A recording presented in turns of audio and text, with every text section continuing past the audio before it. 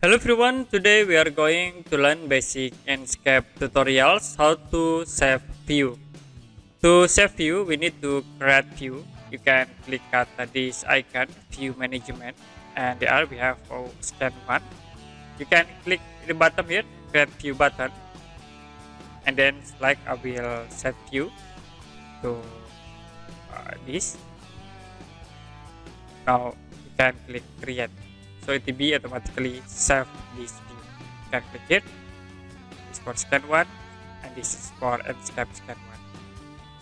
We create again. You can click here, create view, and then you can orbit.